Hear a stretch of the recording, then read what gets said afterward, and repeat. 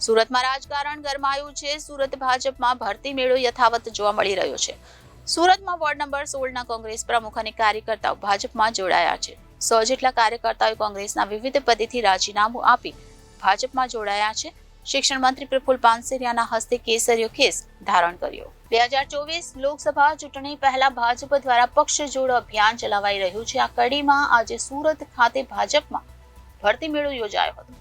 દેશના વડાપ્રધાન નરેન્દ્ર મોદીની વિચારધારા અને રાષ્ટ્ર નિર્માણની નીતિના કારણે વિકસિત ભારતનું નિર્માણ થઈ રહ્યું છે। વડાપ્રધાનની આ વિચારધારાથી પ્રેરિત થઈ આજે ભાજપમાં કાર્યકર્તા જોડાઈ રહ્યા છે। ત્યારે સુરતમાં રાજકારણ ગરમાયું છે, કારણ કે સુરતના ભાજપમાં ભરતી મેળો યોજાયો હતો। સુરતના વોર્ડ નંબર 16ના કોંગ્રેસ પ્રમુખ અને કાર્યકર્તાઓ ભાજપમાં જોડાયા હતા।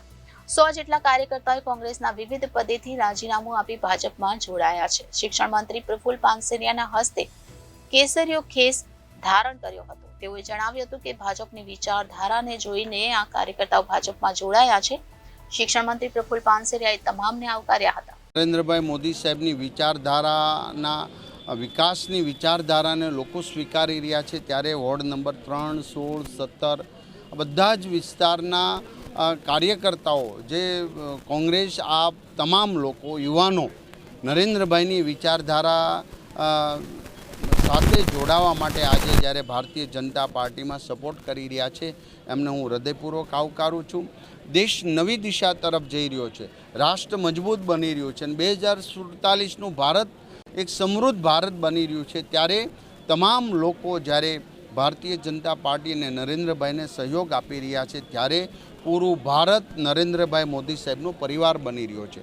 અહીં રાગ દ્વેષ વગેરે પર રહી માત્ર રાજનીતિ અને વિકાસની રાજનીતિ કરી રહ્યા છે। ત્યારે જ્ઞાતિવાદ, જાતિવાદ, પ્રાંતવાદ અને ભાષાવાદ આ બધાને દૂર કરીને રાષ્ટ્રવાદને જ્યારે આ યુવાનો સ્વીકારી રહ્યા છે ત્યારે હું એમને વંદન કરું છું, એમને આવકારું છું। અસ્તુ।